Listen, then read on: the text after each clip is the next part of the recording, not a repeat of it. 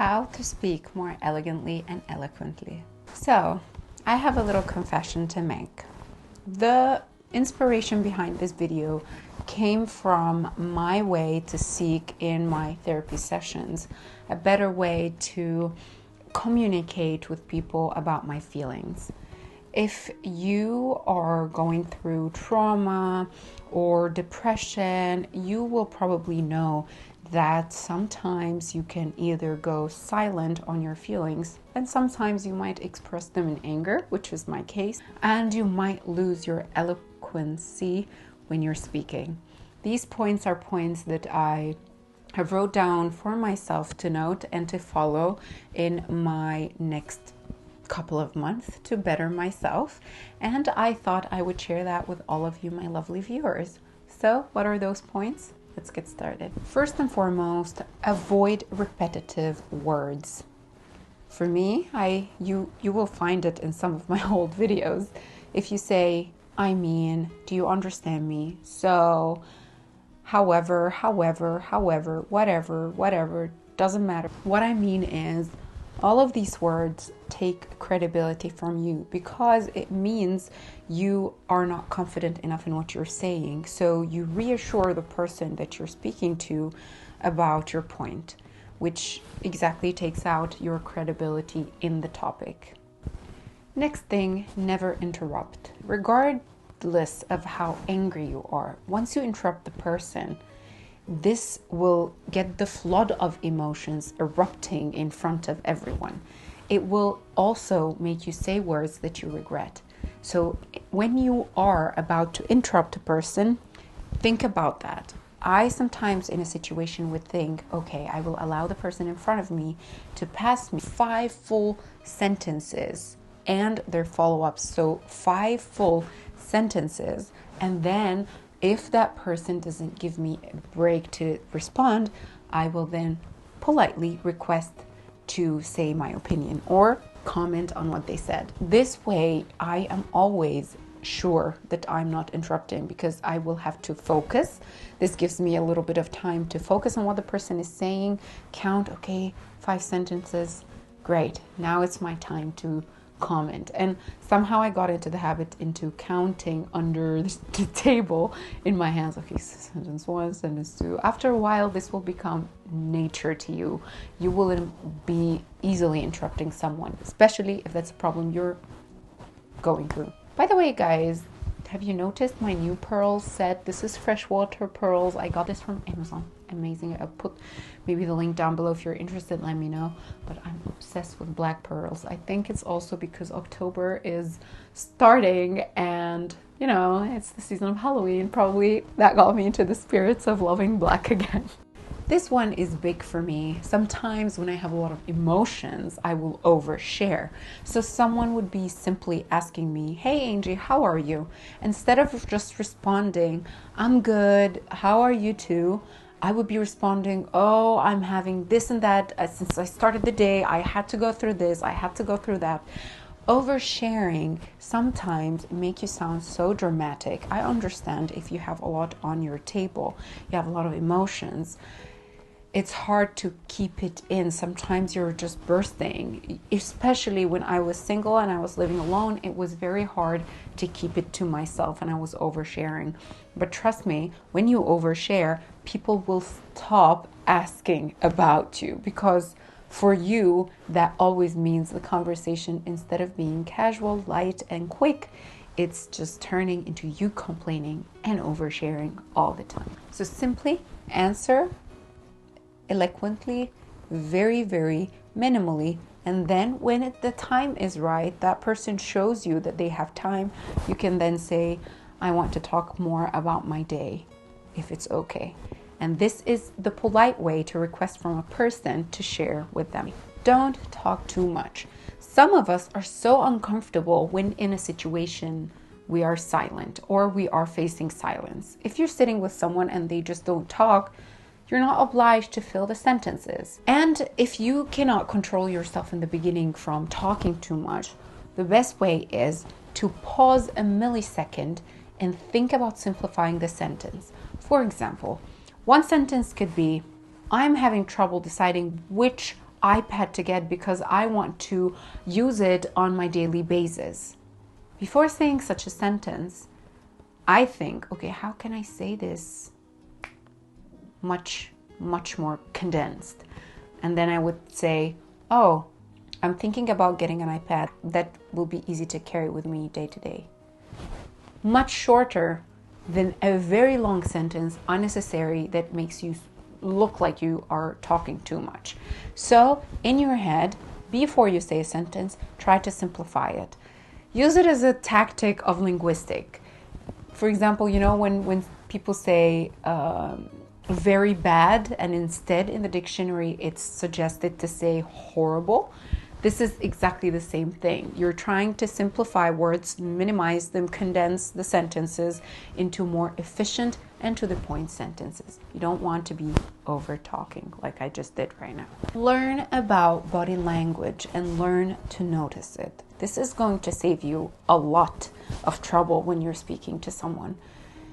If someone is standing with you in the corridor of university or work and they're standing like this, they are in a closed position, and you're trying to give them information and want them to understand you on a personal level, just know that you're talking to someone who's simply not now allowing you to explain to them. They are not in an open mode to understand.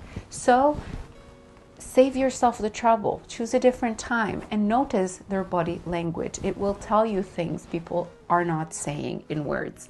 Basic body language, at least focus on when someone is open to you to accept and understand what you're saying, or when someone is closed to you. That will allow you to be more socially smart on when to discuss certain matters and when not to. Okay, this point started as something that was bothering me all the time from other people. When you are sharing your feelings about the situation or something you went through, and the opposite person would go right away jumping into telling you, oh, I also went through the same thing. This sometimes hurts a lot. So always never compare yourself in a conversation with someone who's sharing with you. Be a good listener, have humility, understand, and if you are wanting so much to share your experience about the same thing, just make sure to request politely to share. People nowadays don't request, but ears are boundaries. You do not talk to someone crossing their boundary of listening. If they don't want to listen to that point, they should have the right to say yes or no. So you should give them permission or ask them, take their permission to share such a thing or not. So ask them, do you want me to share my experience about that, or would you prefer if I continue listening to you? That at least gives them the position of power in the conversation and shows how much you're a good listener, you're understanding, you're not listening just to respond. So your tone of voice is very important, to be very much you, not too girly, not too masculine, not to fake a certain speech. Try to keep your tone of voice true to you, to your heart. You can practice that. Some people actually practice their tones to differ, usually people who are in the singing career. But unless you are one of these people, what you just need to do is work on your tone to not be too angry, maybe, or to not be too questioning the situation, and try to practice it being streamlined and easy to communicate who you are. No one ever regretted silence. People actually usually regret what they said. So when you don't have something good to add, something new to share, just keep quiet. Listen to things around you, to the person around you. Just have a moment of silence every now and then. It's really, really hard to imagine if you're always talking. You're always talking means you're always stressed, and that adds to a pool of words that you might say and regret. So remember, no one ever regretted silence. Talking with your eyes and really making sure that your smile and your facial expression expresses things correctly is very important. You know, we in a world right now that uses phones and social media a lot to express their feelings that we kind of lost touch of the way we communicate things. Someone could tell you they love you sarcastically. That's, you would know with their eyes, their smile, and their tone of voice. But if they say, I love you genuinely, it will sound different. Texting hides all of this. That's why it's important to readjust again with ourselves the way we talk and how to express it. Try to practice being expressive with your way of saying things. Don't expect people to get your emotions if they do not show behind your simple words that are chosen wisely. At the same time, being elegant meaning avoid too much hand motion and facial expressions. What do I mean by that? I could be saying, listen to me carefully. And I could be saying, why don't you listen to me carefully? You should do this and that. That's like Karate Kid. Too much hand waving really distracts the person in front of you. Most of linguistics, most of what people get from us is a mixture. But trust me, words are not as much as the way we say them. So if you want someone to really take you seriously, you have to show that in your hand motions, in your expressions. You know, people who talk like this all the time, that's usually comedy, not real. So try as much as possible to really control your facial expressions and your hand gestures.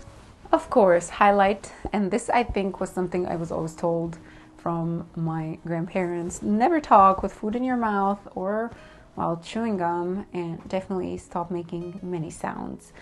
And avoid talking if you cannot really master not talking after you finish chewing.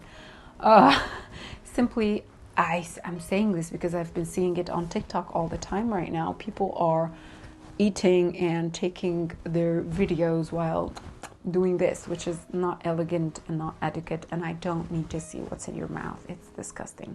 Those were the points. I hope you understand. If I do any of these things wrong right now, that's because I'm trying to get there.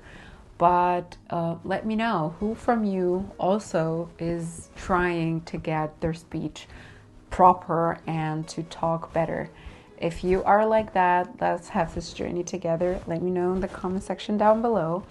Like this video if you liked it, dislike it if you didn't, and subscribe for more content from me. I am now posting every Sunday, so make sure to show up. I'll see you in my next video. Bye!